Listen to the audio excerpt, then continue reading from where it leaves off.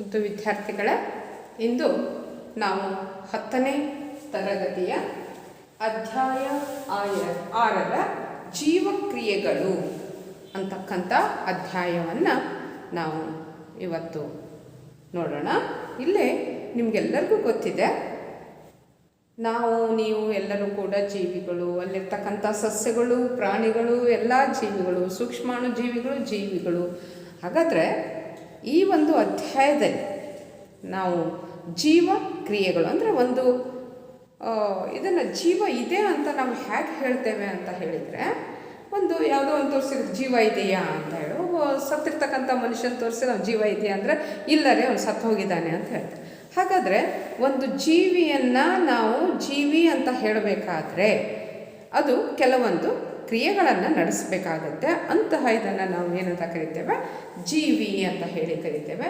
ನಿಮಗೆಲ್ಲರಿಗೂ ಗೊತ್ತೇ ಇದೆ, ಜೀವಿಗಳು ಅಂತ ಹೇಳಿದರೆ ಅವು ಉಸಿರಾಡಬೇಕು, ಪೋಷಣೆಯನ್ನು ಮಾಡಿಕೊಳ್ಬೇಕು. ಪೋಷಣೆ ಅಂತಕ್ಕಂಥದ್ದನ್ನು ಆ ಜೀವಿಗಳಲ್ಲಿ ನಾವು ನೋಡ್ತೇವೆ, ಉಸಿರಾಟ ನೋಡ್ತೇವೆ, ಆನಂತರ ಸಾಗಾಣಿಕೆಯನ್ನು ನೋಡ್ತೇವೆ, ಸಂತಾನೋತ್ಪತ್ತಿಯನ್ನು ನೋಡ್ತೇವೆ. ಹೀಗೆ ಅನೇಕ ಕ್ರಿಯೆಗಳು ಆ ಜೀವಿಯ ದೇಹದಲ್ಲಿ ನಡೀತವೆ. ವಿಸರ್ಜನೆ ಇದೆ.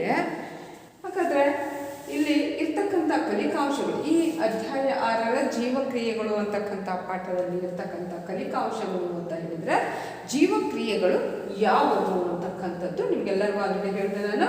ಜೀವಕ್ರಿಯೆಗಳು ನಮ್ಮ ದೇಹದಲ್ಲಿ, ಜೀವಿಗಳ ದೇಹದಲ್ಲಿ, ಕೇವಲ ನಮ್ಮ ದೇಹದಲ್ಲಿ ಅಷ್ಟೇ ಅಲ್ಲ, ಜೀವಿ ಅಂತ ನಾವು ಯಾವುದನ್ನು ಪರಿಗಣಿಸ್ತೇವೋ ಅವುಗಳೆಲ್ಲದರಲ್ಲೂ ನಡೀತಕ್ಕಂತಹ ಕ್ರಿಯೆಗಳು ಯಾವ್ದ್ಯಾವುದು ಅಂತ ಹೇಳಿದರೆ, ಪೋಷಣೆ ಅಂತಕ್ಕಂಥದ್ದು, ಉಸಿರಾಟ ಅಂತಕ್ಕಂಥದ್ದು, ಸಾಗಾಣಿಕೆ ಅಂತಕ್ಕಂಥದ್ದು, ವಿಸರ್ಜನೆ ಅಂತಕ್ಕಂಥದ್ದು, ಸಂತಾನೋತ್ಪತ್ತಿ ಅಂತಕ್ಕಂಥದ್ದು. ಇವೆಲ್ಲವೂ ಕೂಡ ಏನು, ಜೀವ ಕ್ರಿಯೆಗಳು. ಹಾಗಾದರೆ ಈ ಒಂದು ಅಧ್ಯಾಯದಲ್ಲಿ ನಾವು ನೋಡ್ತಕ್ಕಂಥದ್ದು ಯಾವ್ದ್ಯಾವುದು ಜೀವಕ್ರಿಯೆಗಳು, ಈ ಅಧ್ಯಾಯದಲ್ಲಿ ನೀವು ಕಲಿಬೇಕಾಗಿರ್ತಕ್ಕಂಥದ್ದು ಅಂದರೆ ಪೋಷಣೆ. ಹಾಗಾದರೆ ಪೋಷಣೆ ಅಂದರೆ ಏನು ಅನ್ನೋದನ್ನು ಈ ಒಂದು ಇದರಲ್ಲಿ ನೋಡ್ತೇವೆ. ಮತ್ತು ಪೋಷಣೆಯ ವಿಧಗಳನ್ನು ನಾವು ನೋಡ್ತೇವೆ. ನೀವು ಹಿಂದಿನ ತರಗತಿಯಲ್ಲೂ ಕೂಡ ಪೋಷಣೆ ಅಂದರೆ ಏನು ಅನ್ನೋದನ್ನು ಓದಿದ್ದೀರಿ. ಆ ಪೋಷಣೆಯ ವಿಧಗಳನ್ನು ಕೂಡ ಸ್ವಪೋಷಣೆ, ಪರಪೋಷಣೆ ಅಂತ ಓದಿದ್ದೀರಾ. ಹಾಗಾದರೆ ಇದರಲ್ಲಿ ಪೋಷಣೆಯಲ್ಲಿ ಸ್ವಪೋಷಕಗಳು ಅಂದರೆ ಏನು, ಅವುಗಳು ಯಾವ ರೀತಿ ಪೋಷಣೆಯನ್ನು ಮಾಡಿಕೊಳ್ತವೆ, ಪರಪೋಷಕಗಳು ಯಾವ ರೀತಿ ಪೋಷಣೆಯನ್ನು ಮಾಡಿಕೊಳ್ತವೆ. ಅದರಲ್ಲೂ ನೀವು 2 ಜೀವಿಗಳ ಬಗ್ಗೆ ಪೋಷಣಾ ವಿಧಾನವನ್ನು ಈ ಅಧ್ಯಾಯದಲ್ಲಿ ನೀವು ನೋಡ್ತೀರಿ. ಯಾವ್ದ್ಯಾವುದು ಅಂತ ಹೇಳಿದರೆ, ಅಮೀಬಾದಲ್ಲಿ ಪೋಷಣೆ ನೋಡ್ತೀವಿ, ಮಾನವನಂತೆ ಪರಪೋಷಕದಲ್ಲಿ 2 ಇದನ್ನು ನೋಡ್ತೀವಿ. ಯಾವುದ್ಯಾವುದು, ಅಮೀಬಾ ಮತ್ತು ಮಾನವನಲ್ಲಿ ಪೋಷಣಾ ವಿಧಾನ ಯಾವ ರೀತಿ ಇದೆ. ಇನ್ನು ಉಸಿರಾಟಕ್ಕೆ ಹೋದರೆ, ಉಸಿರಾಟದಲ್ಲಿ ನಿಮಗೆಲ್ಲರಿಗೂ ಗೊತ್ತಿದೆ ಉಸಿರಾಟ ಅಂದರೆ ಏನು ಅಂತಕ್ಕಂಥದ್ದು. ಹಾಗಾದರೆ ಆ ಉಸಿರಾಟ ಅಂದರೆ ಏನು, ಉಸಿರಾಟದ ವಿಧಗಳು ಯಾವ್ಯಾವು, ಉಸಿರಾಟದ ವಿಧಾನಗಳು ಯಾವ ರೀತಿ ನಡೆಯುತ್ತೆ, ಆ ಉಸಿರಾಟ ಅನ್ನೋದು ಸಸ್ಯಗಳಲ್ಲಿ ಯಾವ ರೀತಿ ಇರುತ್ತೆ, ಪ್ರಾಣಿಗಳಲ್ಲಿ ಯಾವ ರೀತಿ ಇರುತ್ತೆ. ಅದರಲ್ಲೂ ಕೂಡ ನೀವು ಈ ಅಧ್ಯಾಯದಲ್ಲಿ ನೋಡ್ತಕ್ಕಂಥದ್ದು ಮಾನವನ ಉಸಿರಾಟದ ಅಂಗವ್ಯೂಹ. ಮಾನವನಲ್ಲಿ ಉಸಿರಾಟ ಯಾವ ರೀತಿ ಆಗುತ್ತೆ, ಯಾವ ಅಂಗಗಳು ಅದರಲ್ಲಿ ಭಾಗಿಯಾಗ್ತವೆ, ಯಾವ ರೀತಿಯಲ್ಲಿ ಆ ಒಂದು ಕ್ರಿಯೆಯಲ್ಲಿ ಪಾಲ್ಗೊಳ್ತವೆ ಅನ್ನೋದನ್ನು ನೋಡ್ತೀರಾ. ಅದೇ ರೀತಿ ಸಾಗಾಣಿಕೆ ಅಂದರೆ ಏನು, ಪರಿಚಲನೆ ಅಂತ ಕರಿತೇವೆ. ಆ ಸಾಗಾಣಿಕೆ ಅಂತಕ್ಕಂಥದ್ದು ಸಸ್ಯಗಳಲ್ಲಿ ಯಾವ ರೀತಿ ಸಾಗಾಣಿಕೆ ನಡೆಯುತ್ತೆ ಮತ್ತು ಏನೇನು ಸಾಗಾಣಿಕೆ ಆಗುತ್ತೆ, ಅದರಲ್ಲಿ ಭಾಗಿಯಾಗತಕ್ಕಂತಹ ರಚನೆಗಳು ಯಾವ್ದ್ಯಾವುದು ಅಂತಕ್ಕಂಥದ್ದನ್ನು ನಾವು ನೋಡ್ತೇವೆ, ಅಥವಾ ಅಂಗಾಂಶಗಳು ಯಾವುದು ಅನ್ನೋದನ್ನು ನೋಡ್ತೇವೆ. ಅದೇ ರೀತಿ ಮಾನವನ ಪರಿಚಲನಾಂಗ ವ್ಯೂಹ ಯಾವ ರೀತಿ ಇದೆ, ಅಥವಾ ಸಾಗಾಣಿಕಾ ವ್ಯೂಹ ಯಾವ ರೀತಿ ಇದೆ, ಅದರಲ್ಲಿ ಪಾಲ್ಗೊಳ್ಳತಕ್ಕಂತಹ ರಚನೆಗಳು, ಅಂಗಗಳು ಯಾವ್ದ್ಯಾವುದು ಮತ್ತು ಯಾವ ರೀತಿ ಅವು ಪೋಷಕಾಂಶಗಳನ್ನು ದೇಹದ ಎಲ್ಲ ಭಾಗಕ್ಕೆ ಸಾಗಿಸೋದಕ್ಕೆ ಸಹಾಯವನ್ನು ಮಾಡ್ತವೆ ಅನ್ನೋದನ್ನು ನಾವು ಡೀಟೇಲ್ ಆಗಿ ನೋಡ್ತೇವೆ. ಅದೇ ರೀತಿ ವಿಸರ್ಜನೆ, ಸಸ್ಯಗಳಲ್ಲಿ ವಿಸರ್ಜನೆ ಅನ್ನೋದು ನಿಮ್ಗೆ ಗೊತ್ತೇ ಇದೆ, ತ್ಯಾಜ್ಯ ವಸ್ತುಗಳನ್ನು ಹೊರ ಹಾಕ್ತಕ್ಕಂಥದ್ದು. ಸಸ್ಯಗಳು ಯಾವ ರೀತಿ ವಿಸರ್ಜನೆ ಮಾಡ್ತವೆ, ಪ್ರಾಣಿಗಳು ಯಾವ ರೀತಿ ವಿಸರ್ಜನೆ ಮಾಡುತ್ತೆ. ಅದರಲ್ಲೂ ಮಾನವನ ವಿಸರ್ಜನಾಂಗ ವ್ಯೂಹದ ಬಗ್ಗೆ ಸಂಪೂರ್ಣವಾಗಿ ನಾವೇನು ಮಾಡಬೇಕಾಗುತ್ತೆ, ಅಧ್ಯಯನವನ್ನು ನಾವು ಮಾಡಬೇಕಾಗುತ್ತೆ. ಅದೇ ರೀತಿ ಈ 4 ಸಂತಾನೋತ್ಪತ್ತಿ ಬಗ್ಗೆ ಇದರಲ್ಲಿಲ್ಲ ನಿಮಗೆ. ಇಲ್ಲಿ ನೀವು ಕೇವಲ ನೋಡ್ತಕ್ಕಂಥದ್ದು ಈ ಪಾಠದಲ್ಲಿ ಪೋಷಣೆ, ಉಸಿರಾಟ, ಸಾಗಾಣಿಕೆ ಮತ್ತು ವಿಸರ್ಜನೆ ಇವುಗಳ ಬಗ್ಗೆ ನೀವು ಈ ಒಂದು ಅಧ್ಯಾಯದಲ್ಲಿ ನೋಡ್ತೇವೆ. ಹಾಗಾದರೆ ಮೊದಲನೇದಾಗಿ ನಾವು ಹೋಗೋಣ, ಪೋಷಣೆ ಅಂದರೆ ಏನು ಅಂತ, ಯಾವ ರೀತಿ ಆಗುತ್ತೆ ಅಂತ. ನಿಮಗೆಲ್ಲರಿಗೂ ಗೊತ್ತೇ ಇದೆ, ಇಲ್ಲಿ ಪೋಷಣೆ ಅಂದರೆ ಏನು ಅನ್ನೋದು ನೀವು ಆಲ್ರೆಡಿ ಕಲ್ತಿದ್ದೀರಿ. ಹಾಗಾದರೆ ಇಲ್ಲಿ ನಾವು ಈ ಅನೇಕ ಕ್ರಿಯೆಗಳಲ್ಲಿ ನಾವು ಭಾಗಿಯಾಗ್ತೇವೆ. ಆ ಕ್ರಿಯೆಗಳಲ್ಲಿ ನಾವು ಭಾಗಿಯಾಗಬೇಕು ಅಂತ ಹೇಳಿದರೆ ನಮಗೆ ಶಕ್ತಿ ಬೇಕು. ಆ ಶಕ್ತಿಯನ್ನು ನಾವು ಯಾವುದರ ಮೂಲಕ ಪಡ್ಕೊಳ್ತೇವೆ ಅಂತ ಹೇಳಿದರೆ ಆಹಾರದ ಮೂಲಕ ನಾವೇನು ಮಾಡ್ತೇವೆ, ಆ ಶಕ್ತಿಯನ್ನು ಪಡ್ಕೊಳ್ತೇವೆ. ಹಾಗಾದರೆ ಎಲ್ಲ ಜೀವಿಗಳಿಗೂ ಶಕ್ತಿಯ ಮೂಲವಾಗಿ ಏನು ಬೇಕು, ಆಹಾರ ಬೇಕು. ಆ ಶಕ್ತಿಯನ್ನು, ಆ ಆಹಾರವನ್ನು ನಾವು ಯಾವುದರ ಮೂಲಕ ಪಡ್ಕೊಳ್ತೇವೆ ಅಂತ ಹೇಳಿದರೆ, ಕೆಲವು ಜೀವಿಗಳು ಏನು ಮಾಡ್ತವೆ ಅಂತ ಹೇಳಿದರೆ ನಿರವಯವ ಮೂಲಗಳಿಂದ ಸರಳವಾದ ಆಹಾರ ವಸ್ತುಗಳನ್ನು ಕಾರ್ಬನ್ ಡೈಆಕ್ಸೈಡ್ ಮತ್ತು ನೀರಿನ ರೂಪದಲ್ಲಿ ಬಳಸ್ಕೊಳ್ತಾವೆ. ಸ್ವಪೋಷಕ ಜೀವಿಗಳಾಗಿರ್ತಕ್ಕಂಥ ಹಸಿರು ಸಸ್ಯಗಳು, ನಿಮ್ಗೆ ಗೊತ್ತೇ ಇದೆ, ಹಸಿರು ಸಸ್ಯಗಳು ಮತ್ತು ಕೆಲವು ಬ್ಯಾಕ್ಟೀರಿಯಾಗಳು ಏನು ಮಾಡ್ತವೆ ಅಂತ ಹೇಳಿದರೆ ಅವುಗಳನ್ನು ಸ್ವಪೋಷಕ ಜೀವಿಗಳು ಅಂತ ಕರಿತೇವೆ. ಅಂದರೆ ಅವು ತಮ್ಮ ಆಹಾರವನ್ನು ತಾವೇ ತಯಾರಿಸ್ಕೊಳ್ತವೆ. ಅಲ್ಲಿ ಏನಾಗುತ್ತೆ ಅಂತ ಹೇಳಿದರೆ, ಇನ್ನು ಬೇರೆ ಜೀವಿಗಳು ಏನು ಮಾಡ್ತವೆ ಅಂತ ಹೇಳಿದರೆ ಅವು ತಯಾರಿಸಿದ ಆಹಾರವನ್ನು, ಆ ಸಂಕೀರ್ಣ ವಸ್ತುಗಳನ್ನು ಇವು ಬಳಸ್ಕೊಂಡು ಅದರಿಂದ ಏನು ಮಾಡ್ತವೆ, ದೇಹದ ಬೆಳವಣಿಗೆ ಮತ್ತು ದುರಸ್ತಿ ಇವನ್ನೆಲ್ಲ ಮಾಡ್ಕೊಳ್ಬೇಕಾದ್ರೆ ಇವುಗಳಿಗಾಗಿ ಅವುಗಳನ್ನು ಬಳಸ್ಕೊಳ್ಬೇಕು ಅಂತ ಹೇಳಿದರೆ ಅವುಗಳನ್ನು ಏನು ಮಾಡ್ಕೊಳ್ಬೇಕಾಗುತ್ತವು, ಸರಳ ವಸ್ತುಗಳು. ಯಾಕಂದರೆ ಸಂಕೀರ್ಣ ವಸ್ತುಗಳನ್ನು ಅವು ಸರಳ ವಸ್ತುಗಳನ್ನಾಗಿ ವಿಭಜನೆ ಮಾಡಬೇಕಾಗತ್ತೆ. ಇದನ್ನು ಮಾಡೋದಕ್ಕೆ ಕಿಣ್ವಗಳ ಸಹಾಯವನ್ನು, ಕಿಣ್ವಗಳೆಂಬ ಜೈವಿಕ ವೇಗವರ್ಧಕಗಳನ್ನು ಅವು ಬಳಸ್ಕೊಳ್ತವೆ. ಹೀಗೆ ಪರಪೋಷಕಗಳು ಏನು ಮಾಡ್ತವೆ ಅಂತ ಹೇಳಿದರೆ ನೇರವಾಗಿ ಅಥವಾ ಪರೋಕ್ಷವಾಗಿ ಯಾರನ್ನು ಆಹಾರಕ್ಕಾಗಿ ಅವಲಂಬಿಸಿರ್ತಾರೆ, ಸ್ವಪೋಷಕಗಳನ್ನು ಅವಲಂಬಿಸಿರ್ತವೆ. ಪ್ರಾಣಿಗಳು ಮತ್ತು ಶಿಲೀಂಧ್ರಗಳು ನಿಮಗೆ ಗೊತ್ತೇ ಇದೆ ಪರಪೋಷಕ ಜೀವಿಗಳು. ಅಂದರೆ ಅವು ತಮ್ಮ ಆಹಾರಕ್ಕಾಗಿ ಯಾರನ್ನು ಅವಲಂಬಿಸಿದ್ದಾರೆ, ಸಸ್ಯಗಳನ್ನು ಅಥವಾ ಸಸ್ಯಗಳು ತಯಾರಿಸಿರ್ತಕ್ಕಂಥ ಸಂಕೀರ್ಣ ಆಹಾರ ಪದಾರ್ಥಗಳನ್ನು. ನಿಮ್ಗೆ ಗೊತ್ತೇ ಇದೆ ದೇಹದ ಪೋಷಣೆಗೆ ನಿಮಗೆ ಬೇಕಾಗಿರ್ತಕ್ಕಂತಹ ಪೋಷಕಾಂಶಗಳು ಏನು ಅನ್ನೋದನ್ನು ಏಡ್ತಲ್ಲಿ ನೀವು ನೋಡಿದ್ದೀರಿ. ಕಾರ್ಬೋಹೈಡ್ರೇಟ್ ಬೇಕು, ಪ್ರೋಟೀನ್ ಬೇಕು, ಲಿಪಿಡ್ಗಳು ಬೇಕು, ಅನಂತರ ಜೀವಸತ್ವಗಳು ಬೇಕು, ಖನಿಜಗಳು ಬೇಕು, ನೀರು, ನಾರು. ಇವೆಲ್ಲ ಪೋಷಕಾಂಶಗಳು ನಮ್ಮ ದೇಹದ ಬೆಳವಣಿಗೆಗೆ ಅವಶ್ಯಕವಾಗಿರ್ತಕ್ಕಂತಹ ಪೋಷಕಾಂಶಗಳು. ಹಾಗಾದರೆ ಇವನ್ನು ನಾವು ಏನು ಮಾಡ್ತವೆ ಅಂತ ಹೇಳಿದರೆ ಸಸ್ಯಗಳಿಂದ ಪಡ್ಕೊಳ್ತವೆ. ಆದರೆ ಯಾವುದು, ಸಸ್ಯಗಳು ಮತ್ತು ಕೆಲವು ಬ್ಯಾಕ್ಟೀರಿಯಾಗಳು ಏನು ಮಾಡ್ತವೆ, ತಮ್ಮ ಆಹಾರವನ್ನು ತಾವು ತಯಾರಿಸ್ಕೊಳ್ತವೆ. ಹಾಗಾದರೆ ಅವುಗಳನ್ನು ಯಾವ ತಮ್ಮ ಆಹಾರವನ್ನು ತಾವು ತಯಾರಿಸ್ಕೊಳ್ತಾವೋ ಅಂತಹ ಜೀವಿಗಳನ್ನು ನಾವು ಕರಿತೇವೆ ಸ್ವಪೋಷಕಗಳು. ಇಲ್ಲಿ ಪೋಷಣೆಯಲ್ಲಿ ಸ್ವಪೋಷಣೆ ಮತ್ತು ಪರಪೋಷಣೆ ಅನ್ನೋದನ್ನು ನಾವು ನೋಡ್ತೇವೆ. ಸ್ವಪೋಷಣೆ, ಇನ್ನೊಂದು ಪರಪೋಷಣೆ. ಹಾಗಾದರೆ ಸ್ವಪೋಷಣೆ ನಡೆಯುವುದು ಯಾವುದರಲ್ಲಿ, ಸಸ್ಯಗಳಲ್ಲಿ ಮತ್ತು ಕೆಲವು ಬ್ಯಾಕ್ಟೀರಿಯಾಗಳಲ್ಲಿ. ಇಲ್ಲಿ ಸ್ವಪೋಷಣೆಯನ್ನು ನಾವು ನೋಡ್ತೇವೆ. ಇನ್ನು ಪರಪೋಷಣೆ ಅಂತಕ್ಕಂಥದ್ದು ಎಲ್ಲ ಶಿಲೀಂಧ್ರಗಳಲ್ಲಿ ಪರಪೋಷಣೆ ಇದೆ ಮತ್ತು ಎಲ್ಲ ಪ್ರಾಣಿಗಳಲ್ಲಿ ನಾವು ನೋಡ್ತೇವೆ ಇದನ್ನು ಪರಪೋಷಣೆ ಅನ್ನೋದನ್ನು ನಾವು ನೋಡ್ತೇವೆ. ಹಾಗಾದರೆ ಸಸ್ಯಗಳು ಯಾವ ರೀತಿ ಸ್ವಪೋಷಣೆ ಅಂದರೆ ತಮ್ಮ ಆಹಾರವನ್ನು ತಾವು ಹೇಗೆ ತಯಾರಿಸ್ಕೊಳ್ತವೆ, ನಿಮಗೆಲ್ಲರಿಗೂ ಗೊತ್ತಿದೆ ಇದು. ಯಾವ ರೀತಿ ಸಸ್ಯಗಳು ಸ್ವಪೋಷಣೆ ಮಾಡ್ತವೆ, ಆ ಕ್ರಿಯೆಗೆ ನಾವು ಏನಂತ ಕರಿತೇವೆ ಅನ್ನೋದು ಕೂಡ ನಿಮಗೆ ಗೊತ್ತಿದೆ. ಅದು ದ್ಯುತಿ ಸಂಶ್ಲೇಷಣೆ. ಸಸ್ಯಗಳು ಯಾವ ಕ್ರಿಯೆಯ ಮೂಲಕ, ದ್ಯುತಿ ಸಂಶ್ಲೇಷಣೆ ಅನ್ನುವ ಕ್ರಿಯೆಯ ಮೂಲಕ ಏನು ಮಾಡ್ತವೆ, ತಮ್ಮ ಆಹಾರವನ್ನು ತಾವೇ ತಯಾರಿಸಿಕೊಳ್ತವೆ. ಹಾಗಾದರೆ ಆ ದ್ಯುತಿ ಸಂಶ್ಲೇಷಣೆ ಮಾಡಬೇಕು ಅಂತ ಹೇಳಿದರೆ ಸಸ್ಯಗಳಿಗೆ ಯಾವ್ಯಾವುದರ ಅವಶ್ಯಕತೆ ಇದೆ ಅಂತ ಹೇಳಿದರೆ ನಿಮ್ಗೆ ಗೊತ್ತೇ ಇದೆ. ದ್ಯುತಿ ಅಂತ ಹೇಳಿದರೆ ಹೆಸರೇ ಹೇಳುತ್ತೆ, ದ್ಯುತಿ ಮೀನ್ಸ್ ಬೆಳಕು, ಸೂರ್ಯನ ಬೆಳಕು. ಇದು ಅವಶ್ಯವಾಗಿ ಬೇಕೇ ಬೇಕು. ದ್ಯುತಿ ಸಂಶ್ಲೇಷಣೆ ನಡಿಬೇಕು ಅಂತ ಹೇಳಿದರೆ ಏನು ಬೇಕು, ಅವಶ್ಯವಾಗಿ ಸೂರ್ಯನ ಬೆಳಕು ಬೇಕೇ ಬೇಕು. ಮತ್ತು ಒಂದು ಅನಿಲ ಬೇಕೇ. ಯಾವ ಅನಿಲ, ಯಾರಾದರೂ ಹೇಳ್ತೀರಿ? ಉಸಿರಾಟದ ಮೂಲಕ ನಾವೇನು ಹೊರ ಹಾಕ್ತೀವಲ್ಲ, ಏನನ್ನ? Carbon dioxide, CO2. Carbon dioxide ಬೇಕು. ಮತ್ತು ನಿಮಗೆಲ್ಲರಿಗೂ ಗೊತ್ತಿದೆ, ಸಸ್ಯಗಳು ಆಹಾರ ತಯಾರಾಗೋದು ಎಲ್ಲಿ ಹೇಳ್ತೀರಾ? ಎಸ್, ಎಲೆಯಲ್ಲಿ. ಹಾಗಾದರೆ ಎಲೆಯಲ್ಲಿ ಇರತಕ್ಕಂತಹ ಏನು ಪತ್ರ ಹರಿತ್ತು ಅಥವಾ ಹರಿದ್ರೇನು ಅಂತ ಕರಿತೇವೆ ನಾವು. ಪತ್ರ ಹರಿತ್ತು ಇದು ಎಲೆಯಲ್ಲಿರುತ್ತೆ. ಆ ಪತ್ರ ಹರಿತ್ತು ಬೇಕು, ಸೂರ್ಯನ ಬೆಳಕು ಬೇಕು, ಕಾರ್ಬನ್ ಡೈಆಕ್ಸೈಡ್ ಬೇಕು, ಪತ್ರ ಹರಿತ್ತು ಬೇಕು ಮತ್ತು ನೀರು ಬೇಕು. ನೀರು, ಖನಿಜ, ಲವಣ, ಇದಿಷ್ಟು ಯಾವ ಕ್ರಿಯೆಗೆ? ದ್ಯುತಿ ಸಂಶ್ಲೇಷಣ ಕ್ರಿಯೆಗೆ ಅತಿ ಅವಶ್ಯಕವಾಗಿ ಬೇಕೇ ಬೇಕಾಗಿರ್ತಕ್ಕಂಥ ಏನು ಘಟಕ ಅಥವಾ ಅಂಶಗಳು ಅಂತ ಹೇಳಿ ಕರಿತೇವೆ ನಾವು. ಅಲ್ಲಿ ಆ ಕ್ರಿಯೆ ನಡೆಯೋದಕ್ಕೆ ಬೇಕಾಗಿರ್ತಕ್ಕಂಥದ್ದು.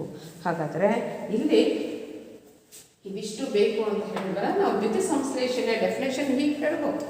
ಏನು ಅಂತ ಹೇಳಿದರೆ, ಸಸ್ಯಗಳು ಸೂರ್ಯನ ಬೆಳಕಿನಲ್ಲಿ ಪತ್ರಹರಿತ್ತನ್ನು, ಎಲೆಯಲ್ಲಿರುವ ಪತ್ರಹರಿತ್ತನ್ನು, ಪತ್ರಹರಿತ್ತು ಏನು ಮಾಡೋದು ಬಳಸ್ಕೊಂಡು, ಜೊತೆಗೆ ಬೇರಿನ ಮೂಲಕ ಹೀರ್ಕೊಂಡಿರುತ್ತಲ್ಲ ನೀರು, ಖನಿಜ, ಲವಣ ಅವನ್ನೆಲ್ಲ ಬಳಸ್ಕೊಂಡು ವಾತಾವರಣದಲ್ಲಿರ್ತಕ್ಕಂಥ, ನಿಮ್ಗೆ ಗೊತ್ತೇ ಇದೆ ಕಾರ್ಬನ್ ಡೈಆಕ್ಸೈಡ್ ಎಲ್ಲಿದೆ?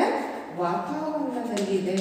ಈ ವಾತಾವರಣದಲ್ಲಿರ್ತಕ್ಕಂಥ ಕಾರ್ಬನ್ ಡೈಆಕ್ಸೈಡು ಎಲೆಯಲ್ಲಿರ್ತಕ್ಕಂಥ ಪತ್ರ ಹರಿತು, ಆನಂತರ ಸೂರ್ಯನಿಂದ ಬರ್ತಕ್ಕಂತಹ ಬೆಳಕು, ನೆಕ್ಸ್ಟು ಮಣ್ಣಿನಿಂದ ಏನನ್ನು ಹೀರಿಕೊಂಡಿರುತ್ತದೋ ನೀರು, ಖನಿಜ, ಲವಣಗಳನ್ನು ಹೀರಿಕೊಂಡು ತಮ್ಮ ಆಹಾರವನ್ನು ತಾವೇ ತಯಾರಿಸ್ತವೆ. ಈ ಪ್ರಕ್ರಿಯೆಗೆ ನಾವು ಕರಿತೇವೆ ಏನಂತ ಹೇಳಿ? ದ್ಯುತಿ ಸಂಶ್ಲೇಷಣ ಕ್ರಿಯೆ ಅಥವಾ ಫೋಟೋ ಸಿಂಥೆಸಿಸ್. ಇಂಗ್ಲೀಷ್ನಿಂದ ನಾವು ಇದನ್ನು ಕರಿತೇವೆ ಫೋಟೋ ಸಿಂಥೆಸಿಸ್. ಇಲ್ಲಿ ಏನಾಗುತ್ತೆ ಅಂತ ಹೇಳಿದರೆ, ಗ್ಲುಕೋಸ್ ರೂಪದಲ್ಲಿ ದ್ಯುತಿ ಸಂಶ್ಲೇಷಣೆ ಕ್ರಿಯೆಯ ಸಮೀಕರಣವನ್ನು ನಾನೀಗ ಬರೀತೇನೆ. ಅಲ್ಲಿ ಇರ್ತಕ್ಕಂಥ, ಅಲ್ಲಿ ತಯಾರಾಗಿರ್ತಕ್ಕಂಥ ಆಹಾರ ಯಾವ ರೂಪದಲ್ಲಿರುತ್ತೆ ಅಂತ ಹೇಳಿದ್ರೆ ಗ್ಲುಕೋಸ್ ರೂಪದಲ್ಲಿ ಇರುತ್ತೆ. ಹಾಗಾದರೆ ಇಲ್ಲಿ ದ್ಯುತಿ ಸಂಶ್ಲೇಷಣೆ ಕ್ರಿಯೆಯ ರಾಸಾಯನಿಕ ಸಮೀಕರಣವನ್ನು ನಾವು ಬರೆಯೋದಾದರೆ ಇಲ್ಲಿ ಏನಿದೆ, ಏನನ್ನು ಬಳಸ್ಕೊಳ್ತು? ಕಾರ್ಬನ್ ಡೈಆಕ್ಸೈಡ್, ಅದರ ಅಣುಸೂತ್ರ ಬರೀತೇವೆ CO2 ಪ್ಲಸ್ H2O. ಇಲ್ಲಿ ಯಾರ ಇದರಲ್ಲಿ? ಸೂರ್ಯನ ಬೆಳಕು, ಸೂರ್ಯನ ಬೆಳಕು ಮತ್ತು ಎಲೆಯಲ್ಲಿರ್ತಕ್ಕಂಥ ಪತ್ರ ಹರಿತು, ಇವುಗಳನ್ನು ಬಳಸ್ಕೊಂಡು ಏನು ಮಾಡುತ್ತೆ ಅಂತ ಹೇಳಿರೋದು, ಗ್ಲುಕೋಸ್ ರೂಪದಲ್ಲಿ C6H12O6. ಇದು ಯಾವ ಅಣುಸೂತ್ರ? ಗ್ಲೂಕೋಸಿನ ಅಣುಸೂತ್ರ. ಮತ್ತು ಅಲ್ಲಿ ಬಿಡುಗಡೆ ಮಾಡುತ್ತೆ ಏನನ್ನ? ನೀರಿನ ಅಣುವನ್ನು ಮತ್ತು ಆಕ್ಸಿಜನ್. ಗೊತ್ತೇ ಇದೆ, ದ್ಯುತಿ ಸಂಶ್ಲೇಷಣೆ ಕ್ರಿಯೆಯಲ್ಲಿ ಬಿಡುಗಡೆ ಆಗ್ತಕ್ಕಂಥದ್ದು ಏನು, ಯಾವನಿಲ್ಲ ಅಂತ ಹೇಳಿದರೆ ಆಕ್ಸಿಜನ್. ಆಕ್ಸಿಜನ್ ಇಲ್ಲಿ ನಾವು ಸಮೀಕರಣವನ್ನು ಸಮತ್ವಗೊಳಿಸೋದಾದರೆ 6CO2 plus 12H2O gives C6H12O6. ಇದೆ ಗ್ಲೂಕೋಸ್. ಸಸ್ಯಗಳು ಯಾವ ರೂಪದಲ್ಲಿ ತಮ್ಮ ಆಹಾರವನ್ನು ರೆಡಿ ಮಾಡ್ಕೊಳ್ತವೆ? ಗ್ಲುಕೋಸ್ ರೂಪದಲ್ಲಿ.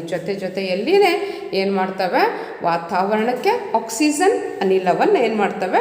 ಬಿಡುಗಡೆ ಮಾಡ್ತವೆ. ಹಾಗಾದರೆ ಆ ದ್ಯುತಿ ಸಂಶ್ಲೇಷಣೆ ಕ್ರಿಯೆ ನಡಿಬೇಕಾದ್ರೆ ಯಾವ ಕ್ರಿಯೆಗಳು ಅಲ್ಲಿ ನಡೀತಾವೆ ಅನ್ನೋದನ್ನು, ಯಾವ ಘಟನೆಗಳು ಅಲ್ಲಿ ಜರುಗ್ತವೆ ಅನ್ನೋದನ್ನು ಹೇಳೋದಾದರೆ, ಮೊದಲನೇದು ಕ್ಲೋರೋಫಿಲ್ನಿಂದ, ಪತ್ರಹರಿತ್ತಿನಿಂದ ಶಕ್ತಿ ಏನಾಗುತ್ತೆ? ಹೀರಿಕೆ ಆಗುತ್ತೆ. ಎರಡನೇದು ಆ ಬೆಳಕಿನ ಶಕ್ತಿ ರಾಸಾಯನಿಕ ಶಕ್ತಿಯಾಗಿ ಏನಾಗುತ್ತೆ? ಪರಿವರ್ತನೆ ಆಗುತ್ತೆ. ಮತ್ತು ನೀರಿನ ಅಣುಗಳು ಹೈಡ್ರೋಜನ್ ಮತ್ತು ಆಕ್ಸಿಜನ್ ಆಗಿ ವಿಭಜನೆ ಆಗುತ್ತೆ. ಮೂರನೇ ಹಂತದಲ್ಲಿ ಕಾರ್ಬನ್ ಡೈಆಕ್ಸೈಡು ಕಾರ್ಬೋಹೈಡ್ರೇಟ್ ಆಗುತ್ತೆ. ಈ ಮೂರು ಘಟನೆಗಳು ದ್ಯುತಿ ಸಂಶ್ಲೇಷಣೆ ಕ್ರಿಯೆಯಲ್ಲಿ ನಡೀತಾವೆ. ಮತ್ತೊಂದು ಸಲ ಹೇಳ ನಿಮಗೆ. ಮೊದಲನೇದಾಗಿ ಫಸ್ಟ್ ಪಾಯಿಂಟ್ ಅಂದರೆ ಕ್ಲೋರೋಫಿಲ್ನಿಂದ ಏನಾಗುತ್ತೆ? ಸೂರ್ಯನ ಬೆಳಕೇನು ಬಿದ್ದಿರುತ್ತಲ್ಲ ಎಲೆ ಮೇಲೆ, ಆ ಬೆಳಕಿನ ಶಕ್ತಿ ಏನಾಗುತ್ತೆ? ಕ್ಲೋರೋಫಿಲ್ ಹೀರ್ಕೊಳ್ಳುತ್ತೆ. ಎರಡನೇ ಘಟನೆ ಏನು ಜರುಗುತ್ತೆ ಅಂದರೆ, ಆ ಬೆಳಕಿನ ಶಕ್ತಿ ರಾಸಾಯನಿಕ ಶಕ್ತಿ, ದ್ಯುತಿಶಕ್ತಿ ಹೋಗಿ ಅದು ರಾಸಾಯನಿಕ ಶಕ್ತಿಯಾಗಿ ಪರಿವರ್ತನೆ ಆಗುತ್ತೆ. ನೀರಿನ ಅಣುಗಳು ಏನಾಗ್ತವೆ, ಹೈಡ್ರೋಜನ್ ಮತ್ತು ಆಕ್ಸಿಜನ್ ಆಗಿ ಪರಿವರ್ತನೆ ಆಗುತ್ತೆ. ನೆಕ್ಸ್ಟು ಥರ್ಡ್ ಹಂತದಲ್ಲಿ, ಮೂರನೇ ಹಂತದಲ್ಲಿ ಕಾರ್ಬನ್ ಡೈಆಕ್ಸೈಡು ಕಾರ್ಬೋಹೈಡ್ರೇಟ್, ನಾವಿಲ್ಲೇನು ಗ್ಲುಕೋಸ್ ಅಂತ ಬರ್ತಲ್ಲ, ಇಟ್ ಈಸ್ ಕಾರ್ಬೋಹೈಡ್ರೇಟ್ ಅಥವಾ ಅದನ್ನು ನಾವು ಕರಿತೇವೆ ಶರ್ಕರ ಪಿಷ್ಟ ಅಂತ ಹೇಳಿ ಕರಿತೇವೆ. ಹಾಗಾದರೆ ಈ ಹಂತದಲ್ಲಿ ಅಂದರೆ ಈ ಹಂತ ಒಂದಾದ ನಂತರ ಒಂದರಂತೆ ತಕ್ಷಣ ಆಗೋದಿಲ್ಲ, ಏನಾಗುತ್ತೆ, ಕೆಲವೊಂದು ನಿಧಾನವಾಗಿ ಜರುಗುತ್ತೆ. ಉದಾಹರಣೆಗೆ ಮರುಭೂಮಿಯ ಸಸ್ಯ ಏನು ಮಾಡುತ್ತೆ, ರಾತ್ರಿ ವೇಳೆಯಲ್ಲಿ ಕಾರ್ಬನ್ ಡೈಆಕ್ಸೈಡ್ ತಗೊಂಡು ಆ ನಂತರ ಲೇಟಾಗಿ ಏನು ಮಾಡುತ್ತೆ, ಕಾರ್ಬೋಹೈಡ್ರೇಟನ್ನು ತಯಾರು ಮಾಡುತ್ತೆ. ಆನಂತರ ಹಗಲಿನ ವೇಳೆಯಲ್ಲಿ ಕ್ಲೋರೋಫಿಲ್ ಹೀರಿಕೊಂಡು ಆ ಶಕ್ತಿ ಆ ವಸ್ತುವಿನ ಮೇಲೆ ವರ್ತನೆಯಾಗಿ ಆಹಾರವನ್ನು ತಯಾರು ಮಾಡುತ್ತೆ. ಹಾಗಾದರೆ ಇಲ್ಲಿ ಎಲೆಯ ಅಡ್ಡ ಸೀಳಿಕೆಯನ್ನು ನಾವು ನೋಡೋದಾದರೆ ನಿಮಗೆ ಎಲೆಯ ಅಡ್ಡ ಸೀಳಿಕೆಯ ಚಿತ್ರವನ್ನು ನಿಮ್ಮ ಟೆಕ್ಸ್ಟ್ ಬುಕ್ಕಲ್ಲಿ ಪೇಜ್ ನಂಬರ್ 75ರಲ್ಲಿ ಕೊಟ್ಟಿದ್ದಾನೆ. ಆ ಎಲೆಯ ಅಡ್ಡ ಸೀಳಿಕೆ ಇದನ್ನು ಆಲ್ರೆಡಿ ನೀವು ಹಿಂದಿನ ತರಗತಿಯಲ್ಲೂ ಕೂಡ ಕಲ್ತಿದ್ದೀರಾ. ಇಲ್ಲಿ ಇರ್ತಕ್ಕಂಥದ್ದು ಏನು ಅಂತ ಹೇಳಿದರೆ, ಹೇಳಿದ್ನಲ್ಲ ಕಾರ್ಬನ್ ಡೈಆಕ್ಸೈಡ್ ಹೀರ್ಕೊಳ್ಳೋದು ಹೇಗೆ ನಡೆಯುತ್ತೆ ಅಂತ ಹೇಳಿದರೆ, ಎಲೆಯ ತಳಭಾಗದಲ್ಲಿ ಏನಿರ್ತವೆ ಅಂತ ಹೇಳಿದರೆ ಚಿಕ್ಕ ಚಿಕ್ಕ ರಂಧ್ರಗಳು ಇರ್ತವೆ. ಅದನ್ನು ಪತ್ರ ರಂಧ್ರಗಳು ಅಂತ ನಾವು ಕರಿತೇವೆ. ಆ ಪತ್ರ ರಂಧ್ರಗಳ ಮೂಲಕ ಏನಾಗುತ್ತೆ, ಕಾರ್ಬನ್ ಡೈಆಕ್ಸೈಡ್ ಒಳಗೂ ತಗೊಳ್ಳೋದು, ಆಕ್ಸಿಜನ್ ಹೊರಗಡೆ ಬರೋದು, ಈ ರೀತಿ ದ್ಯುತಿ ಸಂಶ್ಲೇಷಣೆಯಲ್ಲಿ ಮಾತ್ರ. ಮತ್ತು ಉಸಿರಾಟದಲ್ಲಿ ನಿಮ್ಗೆ ಗೊತ್ತೇ ಇದೆ, ಅವು ಕೂಡ ನಮ್ಮ ರೀತಿಯೇ ಸಸ್ಯಗಳು ಕೂಡ ಉಸಿರಾಟಕ್ಕಾಗಿ ಆಕ್ಸಿಜನ್ ಬಳಸ್ಕೊಂಡು ಕಾರ್ಬನ್ ಡೈಆಕ್ಸೈಡನ್ನು ಹೊರಗೆ ಬಿಡ್ತವೆ. ಹಾಗಾದರೆ ಪತ್ರ ರಂಧ್ರಗಳ ಮೂಲಕ ಏನಾಗುತ್ತೆ, ಅದು ನಡೆಯುತ್ತೆ. ಅಲ್ಲಿ ಎಲೆಯ ಅಡ್ಡ ಸೀಳಿಕೆಯಲ್ಲಿ ನಾವು ಕ್ಲೋರೋಪ್ಲಾಸ್ಟನ್ನು ಗಮನಿಸ್ತೇವೆ. ಆ ಕ್ಲೋರೋಪ್ಲಾಸ್ಟ್ ಅಂತಕ್ಕಂಥದ್ದು ಪತ್ರ ಹರಿತು ಅದು ದ್ಯುತಿ ಸಂಶ್ಲೇಷಣೆಗೆ ಅಂದರೆ ಸೌರಶಕ್ತಿಯನ್ನು ಹೀರಿಕೊಂಡು ಏನಾಗುತ್ತೆ, ಅದು ರಾಸಾಯನಿಕ ಶಕ್ತಿಯಾಗಿ ಪರಿವರ್ತನೆ ಆಗುತ್ತೆ. ಇಲ್ಲಿ ನಿಮಗೆ ಪತ್ರರಂಧ್ರಗಳ ಚಿತ್ರ ಬರೆದು ಯಾವ ರೀತಿ ಯಾವುದನ್ನು ಅನಿಲಗಳ ವಿನಿಮಯವನ್ನು ನಾವು ಮಾಡ್ತವೆ ಅನ್ನೋದನ್ನು ಕೂಡ ನೀವು ಪೇಜ್ ನಂಬರ್ 76ರಲ್ಲಿ ಚಿತ್ರ ಕೊಟ್ಟಿದ್ದಾನೆ. ತೆರೆದ ಪತ್ರರಂಧ್ರ ಮತ್ತು ಮುಚ್ಚಿದ ಪತ್ರರಂಧ್ರ ಅಂತ ಹೇಳಿ. ಇಲ್ಲಿ ಪತ್ರರಂಧ್ರ ಅಂತಕ್ಕಂಥದ್ದು ಹೇಗಿರುತ್ತೆ ಅಂತ ಹೇಳಿದರೆ ಈ ರೀತಿ ರಚನೆಯನ್ನು ಹೊಂದಿರುತ್ತೆ. ಎರಡು ಅದನ್ನು ಗಾರ್ಡ್ ಸೆಲ್ಸ್ ಅಂತ ಹೇಳಿ ಕರಿತೇವೆ, ಅಥವಾ ಅದನ್ನು ನಾವು ಕಾವಲು ಜೀವಕೋಶಗಳು ಅಂತ ಹೇಳಿ ಕರಿತೇವೆ. ಎಲೆ ಅಂತ ಹೇಳಿದರೆ ಎಲೆಯ ತಳಭಾಗದಲ್ಲಿ ಏನಿದ್ದಾವೆ ಈ ಪತ್ರರಂಧ್ರಗಳು ನಮಗೆ ಗೋಚರ ಆಗ್ತವೆ. ಆ ಪತ್ರರಂಧ್ರಗಳ ಚಿತ್ರವನ್ನು ಗಮನಿಸುವುದಾದರೆ ಎರಡನೇಗಿಂತ ಎರಡು ಕಾವಲು ಜೀವಕೋಶಗಳು, ಇದನ್ನು ನಾವು ಕರಿತೇವೆ ಕಾವಲು ಜೀವಕೋಶ. ಮತ್ತು ಇಲ್ಲಿ ಇದನ್ನು ನಾವು ಕರಿತೇವೆ ಪತ್ರರಂಧ್ರ. ಇಲ್ಲಿ ಕೆಲವೊಂದು ಸಾರಿ ಪತ್ರರಂಧ್ರ ಏನಾಗುತ್ತೆ, ಮುಚ್ಕೊಳ್ಳುತ್ತೆ. ಇಲ್ಲಿ ಪತ್ರರಂಧ್ರ ಓಪನ್ ಆಗುತ್ತೆ. ಕೆಲವೊಂದು ಸರಿ ಅದೇನಾಗುತ್ತೆ, ಹೀಗೆ ಮುದುರಿದ ರೀತಿಯಲ್ಲಿ. ನೀವು ಎರಡನೇ ಚಿತ್ರ ಬಿ ಚಿತ್ರವನ್ನು ಗಮನಿಸಿದರೆ ನಿಮ್ಗೆ ಗೊತ್ತಾಗುತ್ತೆ ಮುಚ್ಚಿದ ಪತ್ರರಂಧ್ರ ಹೇಗಿರುತ್ತೆ ಅಂತ ಹೇಳಿ. ಇಲ್ಲಿ ನಿಮಗೆ ಎಲ್ಲರಿಗೂ ಗೊತ್ತಿದೆ, ಅನಿಲಗಳ ವಿನಿಮಯ ಅಂತಕ್ಕಂಥದ್ದು ಕಾಂಡ, ಬೇರು ಮತ್ತು ಎಲೆಗಳ ಮೇಲ್ಮೈನಿಂದಲೂ ಕೂಡ ಜರುಗುತ್ತೆ.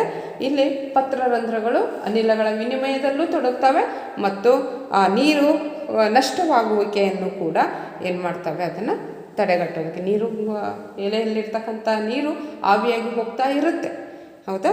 ಅಂತಹ ಅನಿಲಗಳ ವಿನಿಮಯ ಅಂತಕ್ಕಂಥದ್ದು ಇಲ್ಲಿ ನಾವು ನೋಡ್ತೇವೆ. ಜೊತೆಗೆ ಪತ್ರರಂಧ್ರಗಳ ಮೂಲಕ ಅಧಿಕ ಪ್ರಮಾಣದ ನೀರು ನಷ್ಟ ಆಗೋದ್ರಿಂದ ದ್ಯುತಿ ಸಂಶ್ಲೇಷಣೆಗಾಗಿ ಕಾರ್ಬನ್ ಡೈಆಕ್ಸೈಡ್ ಬೇಡ ಅನ್ನೋ ಟೈಮ್ನಲ್ಲಿ ಏನಾಗ್ಬಿಡುತ್ತೆ, ಅದು ಆ ಪತ್ರರಂಧ್ರಗಳು ಮುಚ್ಚಿಕೊಳ್ತವೆ. ಅದನ್ನು ಮುಚ್ಚಿದ ಪತ್ರರಂಧ್ರ ಅಂತ ಹೇಳಿ ಕರಿತೇವೆ.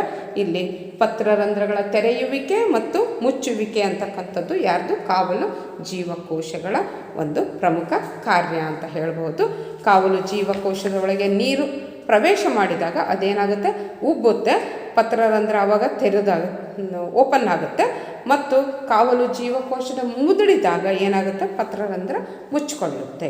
ಈ ರೀತಿ ಏನಾಗುತ್ತೆ, ಅಲ್ಲಿ ಕಾವಲು ಜೀವಕೋಶ ಪತ್ರರಂಧ್ರಗಳು ಏನು ಮಾಡ್ತವೆ, ಅನಿಲಗಳ ವಿನಿಮಯ ಅಂದರೆ ದ್ಯುತಿ ಸಂಶ್ಲೇಷಣೆಗೆ ಬೇಕಾಗಿರ್ತಕ್ಕಂಥ ಕಾರ್ಬನ್ ಡೈಆಕ್ಸೈಡನ್ನು ಒಳಗೆ ತಗೊಳ್ಳೋದು, ಅಲ್ಲಿ ಉತ್ಪಾದನೆ ಆಗಿರ್ತಕ್ಕಂಥ ಆಮ್ಲಜನಕವನ್ನು ಹೊರಹಾಕುವ ಕ್ರಿಯೆಯನ್ನು ನಡೆಸ್ತಾ ಇರ್ತವೆ.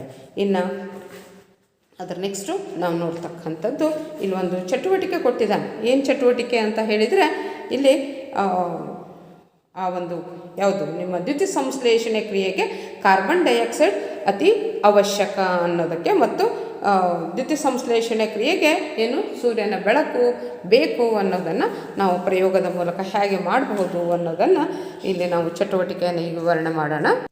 ದ್ಯುತಿ ಸಂಶ್ಲೇಷಣೆ ಕ್ರಿಯೆಗೆ ಕಾರ್ಬನ್ ಡೈಆಕ್ಸೈಡ್ ಅತಿ ಅವಶ್ಯಕ ಅನ್ನೋದನ್ನು ತೋರಿಸೋದಕ್ಕೆ ನೀವು ಪ್ರಯೋಗ ಮಾಡ್ಬೋದು. ಏನು ಮಾಡಬೇಕು ಅಂದರೆ 2 ಕುಂಡಲಗಳನ್ನು ತೊಗೊಳ್ಬೇಕು. ಸಸ್ಯಗಳು ಇರ್ತಕ್ಕಂಥ 2 ಕುಂಡಲ, ನೀವು ಪಾಟ್ಸ್ ಅಂತ ಏನು ಕರಿತೀರಲ್ಲ, 2 ಕುಂಡಲಗಳನ್ನು ತೊಗೊಳ್ಬೇಕು.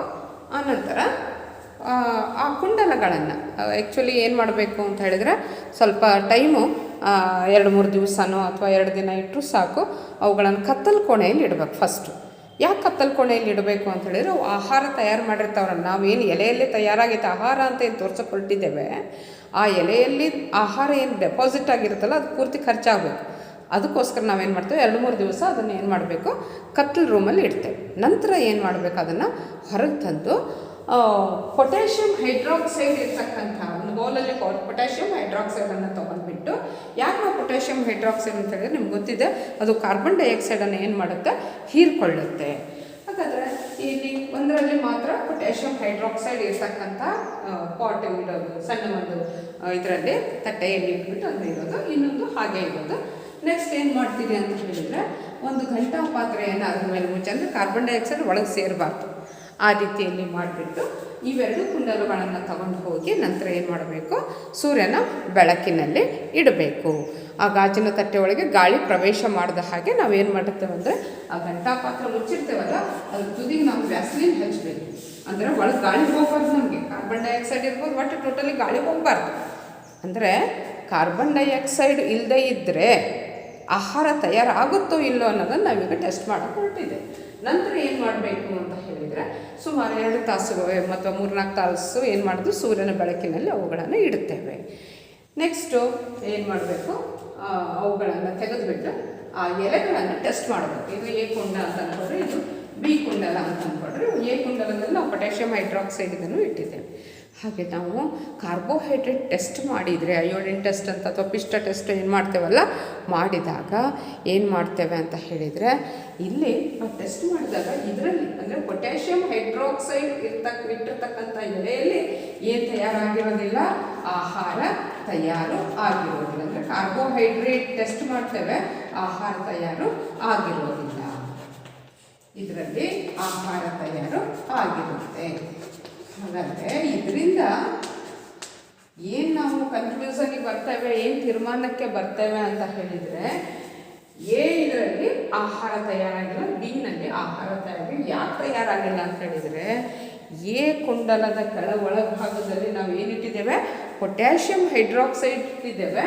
ಸಸ್ಯಗಳು ಉಸಿರಾಟದಿಂದ ಬಿಡುಗಡೆ ಮಾಡಿರುತ್ತಲ್ಲ ಕಾರ್ಬನ್ ಡೈಆಕ್ಸೈಡು, ಅದನ್ನು ಆ ಪೊಟ್ಯಾಷಿಯಂ ಹೈಡ್ರಾಕ್ಸೈಡ್ ಏನು ಮಾಡುತ್ತೆ, ಹೀರ್ಕೊಳ್ಳುತ್ತೆ. ಹಾಗಾಗಿ ಅಲ್ಲಿ ಕುಂಡಲದಲ್ಲಿ ಇಲ್ಲಿಟ್ಟಿರ್ತಕ್ಕಂತಹ ಸಸ್ಯದ ಎಲೆಯನ್ನು ಟೆಸ್ಟ್ ಮಾಡಿದಾಗ ಅಲ್ಲಿ ಕಾರ್ಬೋಹೈಡ್ರೇಟ್ ಅಥವಾ ಪಿಷ್ಟ ಪರೀಕ್ಷೆ ಅಂತ ಏನು ನಾವು ಮಾಡ್ತೇವಲ್ಲ, ಅದನ್ನು ಮಾಡಿದಾಗ ಅಲ್ಲಿ ಯಾವುದೇ ಆಹಾರ ತಯಾರು ಆಗದೇ ಇರೋದು ನಮಗೆ ಗೋಚರ ಆಗುತ್ತೆ. ಇದರಿಂದ ನಾವು ಒಂದು ತೀರ್ಮಾನಕ್ಕೆ ಬರ್ತೇವೆ, ಏನು ದ್ಯುತಿ ಸಂಶ್ಲೇಷಣೆ ಕ್ರಿಯೆಗೆ ಯಾವ್ದು ಬೇಕು, ಕಾರ್ಬನ್ ಡೈಆಕ್ಸೈಡ್ ಬೇಕೇ ಬೇಕು, ಇಲ್ಲ ಅಂದರೆ ಸಸ್ಯಗಳು ಆಹಾರ ತಯಾರು ಮಾಡೋದಿಲ್ಲ ಅಂತ ಹೇಳಿ ನಾವಲ್ಲಿ ತೀರ್ಮಾನಕ್ಕೆ ಬರ್ತೇವೆ. ನಿಮ್ಗೆ ಗೊತ್ತಿದೆ, ದ್ಯುತಿ ಸಂಶ್ಲೇಷಣೆಗೆ ಕ್ರಿಯೆಗೆ ಬೇಕಾಗಿರ್ತಕ್ಕಂಥ ನೀರನ್ನು ಸಸ್ಯಗಳು ಏನು ಮಾಡ್ತವೆ, ಬೇರುಗಳ ಮೂಲಕ, ಮಣ್ಣಿನ ಮೂಲಕ ಬೇರಿಗೆ ಹೀರ್ಕೊಳ್ಳುತ್ತೆ. ಜೊತೆಗೆ ಬೇಕಾಗಿರ್ತಕ್ಕಂಥ ಇನ್ನುಳಿದ ಪೋಷಕಾಂಶಗಳು ಕೂಡ ಇರ್ತವೆ. ನಿಮ್ಗೆ ಗೊತ್ತಿದೆ, ಕಬ್ಬಿಣ ಬೇಕು, ನೈಟ್ರೋಜನ್ ಬೇಕು, ಫಾಸ್ಫರಸ್ ಬೇಕು, ಮ್ಯಾಗ್ನೀಷಿಯಂ, ಇವೆಲ್ಲವನ್ನು ಕೂಡ ಅದೇನು ಮಾಡುತ್ತೆ, ಮಣ್ಣಿನಿಂದ ಪಡ್ಕೊಳ್ಳುತ್ತೆ. ಈ ರೀತಿಯಲ್ಲಿ ಸಸ್ಯಗಳು ತಮ್ಮ ಆಹಾರವನ್ನು ತಾವು ಏನು ಮಾಡ್ತವೆ, ತಯಾರು ಮಾಡ್ಕೊಳ್ತವೆ. ಅಂದರೆ ಇಲ್ಲಿ ನಿರವಯವ ನೈಟ್ರೇಟ್ ಅಥವಾ ನೈಟ್ರೈಟ್ ರೂಪದಲ್ಲಿ, ನಿಮ್ಗೆ ಗೊತ್ತಿದೆ ನೈಟ್ರೋಜನ್ ನೇರವಾಗಿ ಸಿಗೋದಿಲ್ಲ ಸಸ್ಯಗಳಿಗೆ, ಅದನ್ನೇನು ಮಾಡುತ್ತದು, ನೈಟ್ರೇಟ್ ರೂಪಕ್ಕೆ ಪರಿವರ್ತನೆ ಆದ ನಂತರ ಅದನ್ನು ಹೀರ್ಕೊಳ್ಳುತ್ತೆ. ಈ ರೀತಿಯಲ್ಲಿ ಅಂದರೆ ಕೆಲವೊಂದಲ್ಲಿ ನೀವು ನೋಡಿದ್ದೀರ, ಏನು ನೈಟ್ರೋಜನ್ ಸ್ಥಿರೀಕರಣ, ಇದರಲ್ಲಿ ನಾವು ನೋಡ್ತೇವೆ ಡೀಟೇಲಾಗಿ ನೈಟ್ರೋಜನನ್ನು ಸಸ್ಯಗಳು ಯಾವ ರೀತಿ ಪಡ್ಕೊಳ್ತವೆ ಅಂತ ಹೇಳಿ. ಇಷ್ಟೊಂದು ಅಪಾರ ಪ್ರಮಾಣದ ನೈಟ್ರೋಜನ್ ಇದೆ ವಾತಾವರಣದಲ್ಲಿ, ಆದರೆ ಅದನ್ನು ನೇರವಾಗಿ ಸಸ್ಯಗಳು ಹೀರ್ಕೊಳ್ಳೋದಕ್ಕೆ ಆಗೋದಿಲ್ಲ. ಕೇವಲ ಲೆಗ್ಯುಮಿನೋಸಿ ಕುಟುಂಬದ ಸಸ್ಯಗಳು ಮಾತ್ರ ಅದನ್ನು ನೇರವಾಗಿ ಹೀರ್ಕೊಳ್ತವೆ. ಹಾಗಾದರೆ ಕೆಲವೊಂದು ಬ್ಯಾಕ್ಟೀರಿಯಾಗಳ ಒಂದು ಪ್ರಕ್ರಿಯೆಯಿಂದ ಏನಾಗುತ್ತೆ, ಅದು ನೈಟ್ರೇಟ್ ರೂಪಕ್ಕೆ ಪರಿವರ್ತನೆ ಆದ ನಂತರ ಏನು ಮಾಡುತ್ತದು, ಹೀರ್ಕೊಳ್ಳುತ್ತೆ. ಈ ರೀತಿ ಸಸ್ಯಗಳು ಏನು ಮಾಡ್ತವೆ, ದ್ಯುತಿ ಸಂಶ್ಲೇಷಣೆ ಕ್ರಿಯೆಯನ್ನು ನಡೆಸ್ತವೆ. ಆ ರೀತಿ ತಮ್ಮ ದೇಹವನ್ನು ಏನು ಮಾಡ್ತವೆ, ದ್ಯುತಿ ಸಂಶ್ಲೇಷಣೆ ಕ್ರಿಯೆಯ ಮೂಲಕ ಆಹಾರವನ್ನು ತಯಾರು ಮಾಡಿಬಿಟ್ಟು ಅದನ್ನು ನಾವು ಬಳಸ್ಕೊಳ್ತಾವೆ. ಇನ್ನು ಅದರ ನೆಕ್ಸ್ಟು ನಾವು ನೋಡ್ತಕ್ಕಂಥದ್ದು ಪರಪೋಷಣೆ, ಅಂದರೆ ಪರಪೋಷಕಗಳಲ್ಲಿ ಯಾವ ರೀತಿ ಪೋಷಣೆ ಆಗುತ್ತೆ ಅನ್ನೋದನ್ನು ನಾವು ಮುಂದಿನ ತರಗತಿಯಲ್ಲಿ ನೋಡೋಣ. ಅದರಲ್ಲೂ ಕೂಡ ಪರಪೋಷಣೆಯಲ್ಲಿ ನಾವು ನೋಡ್ತಕ್ಕಂಥದ್ದು ಅಮೀಬಾದಲ್ಲಿ ಪೋಷಣೆ ಯಾವ ರೀತಿ ಆಗುತ್ತೆ, ಮಾನವನಲ್ಲಿ ಪೋಷಣೆ ಯಾವ ರೀತಿ ಆಗುತ್ತೆ. ಇಲ್ಲಿ ಪರಪೋಷಕಗಳ ಪೋಷಣೆ ಬಗ್ಗೆ ಹೇಳೋದಾದರೆ ನಿಮ್ಗೆ ಗೊತ್ತಿದೆ, ಪರಪೋಷಕಗಳು ಅಂತ ಹೇಳಿದರೆ ಇವು ತಮ್ಮ ಆಹಾರಕ್ಕಾಗಿ ಏನಾಗಿರ್ತವೆ, ಸಸ್ಯಗಳನ್ನು ಅಥವಾ ಇತರ ಜೀವಿಗಳನ್ನು ಏನಾಗಿರ್ತವೆ ಅವಲಂಬಿಸಿರ್ತವೆ. ಇನ್ನು ಇಲ್ಲಿ ನಿಮಗೆ ಒಂದು ಇದನ್ನು ಕೊಡೋದಾದರೆ ಶಿಲೀಂಧ್ರಗಳು ಕೂಡ ಪರಪೋಷಕಗಳು, ಎಲ್ಲ ಪ್ರಾಣಿಗಳು ಕೂಡ ಪರಪೋಷಕಗಳು. ಪರಾವಲಂಬಿ ನಿಮ್ಗೆ ಗೊತ್ತಿದೆ, ಪರಾವಲಂಬಿಗಳು ಅಂತಲೂ ಕೂಡ ನಾವು ಇಲ್ಲಿ ಪರಪೋಷಣೆಯಲ್ಲಿ ನೋಡ್ತೇವೆ. ಅದರಲ್ಲಿ ಕೆಲವೊಂದು ನೇರವಾಗಿ ಏನು ಮಾಡ್ತವೆ, ಪೋಷಕಾಂಶ ಭರಿತವಾಗಿರ್ತಕ್ಕಂಥದ್ದರೆ ರಕ್ತ ರೂಪದಲ್ಲಿ ತಮ್ಮ ಆಹಾರವನ್ನು ಪೂರೈಕೆ ಮಾಡ್ತಕ್ಕಂಥದ್ದು, ಅವುಗಳನ್ನು ನಾವು ಪರಾವಲಂಬಿಗಳು ಅಂತ ಹೇಳ್ತೇವೆ. ಉದಾಹರಣೆಗೆ ನಿಮ್ಮ ತಲೆಯಲ್ಲಿರ್ತಕ್ಕಂಥ ಹೇನಾಗಿರ್ಬೋದು, ಅಥವಾ ಪ್ರಾಣಿಗಳ ಮೈ ಮೇಲೆ ಯಾವುದು ನಾಯಿ ಇರ್ಬೋದು, ಹಸು ಇರ್ಬೋದು, ಉಣ್ಣೆ ಅಂತ ಕರಿತೇವಲ್ಲ ಉಣ್ಣೆ ಇರ್ಬೋದು, ಅಥವಾ ಕೆಲವೊಂದು ಲಾಡಿಗಳು ಯಾವುದು ಕುರಿ ಮೇಕೆ ಅವುಗಳ ಅಥವಾ ದನಗಳ ಯಾವುದರಲ್ಲಿ ಕರುಳು ಅಂತ ಏನು ಕರಿತೇವಲ್ಲ ಇಂಟೆಸ್ಟೈನ್, ಅದರ ಒಳಗಡೆಗೆ ವಾಸಿಸ್ತಕ್ಕಂಥ ಅವೆಲ್ಲವೂ ಏನು ಮಾಡ್ತವೆ, ರಕ್ತವನ್ನೇ ಹೀರಿ ಬೆಳೀತವೆ.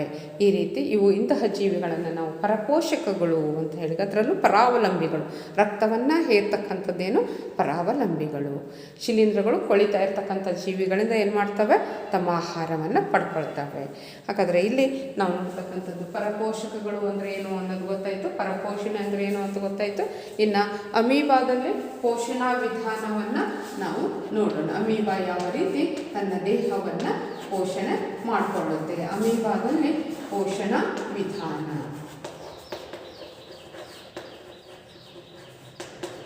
ನಿಮಗೆಲ್ಲರಿಗೂ ಗೊತ್ತೇ ಇದೆ. ಅಮೀಬಾಗೆ ನಿರ್ದಿಷ್ಟವಾದ ಏನಿಲ್ಲ, ಆಕಾರ ಇಲ್ಲ. ಅದು ಮಿಥ್ಯಾಪಾದಗಳು, ತನ್ನ ದೇಹವನ್ನೇ ಅಂಕುಡೊಂಕು ಮಾಡಿಕೊಂಡು ಮಿಥ್ಯಾಪಾದಗಳ ಮೂಲಕ ಏನು ಮಾಡುತ್ತೆ, ಚಲಿಸ್ತಾ ಇರುತ್ತೆ. ಅದು ಏನು ಮಾಡುತ್ತೆ ಅಂತ ಹೇಳಿದ್ರೆ, ಇದು ಅಮೀಬಾ ಅಂತಕ್ಕಂಥದ್ದು ನೀರಿನಲ್ಲಿ ವಾಸ ಮಾಡತಕ್ಕಂಥ ಜೀವಿ. ತನ್ನ ಆ ನೀರಿನಲ್ಲಿ ಇರ್ತಕ್ಕಂತಹ ತನಗಿಂತ ಚಿಕ್ಕದಾಗಿರ್ತಕ್ಕಂತಹ ಏನು ಮಾಡುತ್ತೆ, ಆಹಾರ ಕಣ ಬಂದಾಗ ಅದರ ಸುತ್ತಲೂ ಈ ಒಂದು ಮಿಥ್ಯಾಪಾದ ಇದೆ ಅಂತ ಹೇಳಿದರೆ, ಇದರ ಹತ್ರ ಒಂದು ಆಹಾರ ಕಣ ಬಂದಿದೆ ಅಂತ ಹೇಳಿದರೆ ಅದು ತನ್ನ ದೇಹವನ್ನು ಈ ರೀತಿ ಮಾಡಿಕೊಂಡು ಅದರ ಸುತ್ತ ಅದನ್ನು ಈ ರೀತಿ ಸುತ್ತುವರೆದ್ಬಿಟ್ಟು ಆ ನಂತರ ಅದನ್ನು ಒಳಗಡೆಗೆ ತಗೊಳ್ಳುತ್ತೆ. ನೆಕ್ಸ್ಟು ಒಳಗಡೆ ತೊಗೊಂಡಿರ್ತಕ್ಕಂತಹ ಆಹಾರವನ್ನು ಏನು ಮಾಡುತ್ತೆ, ರಸಧಾನಿಯನ್ನು ಉಂಟು ಮಾಡಿಬಿಟ್ಟು ಅಲ್ಲಿ ಆ ಸಂಕೀರ್ಣ ಆಹಾರ ಪದಾರ್ಥಗಳು ಏನಾಗ್ತವೆ, ಜೀರ್ಣಗೊಳ್ಳುತ್ತವೆ. ಈ ರೀತಿ ಅದು ತನ್ನ ಆಹಾರವನ್ನು ಪಡ್ಕೊಳ್ಳುತ್ತೆ. ಇನ್ನು ಅದರ ನೆಕ್ಸ್ಟು ಪರಪೋಷಣೆಯಲ್ಲಿ ನಾವು ನೋಡ್ತಕ್ಕಂಥದ್ದು ಮಾನವನಲ್ಲಿ ಪೋಷಣಾ ವಿಧಾನ ಯಾವ ರೀತಿ ಅನ್ನೋದನ್ನು ನಾವು ಮುಂದಿನ ತರಗತಿಯಲ್ಲಿ ನೋಡೋಣ.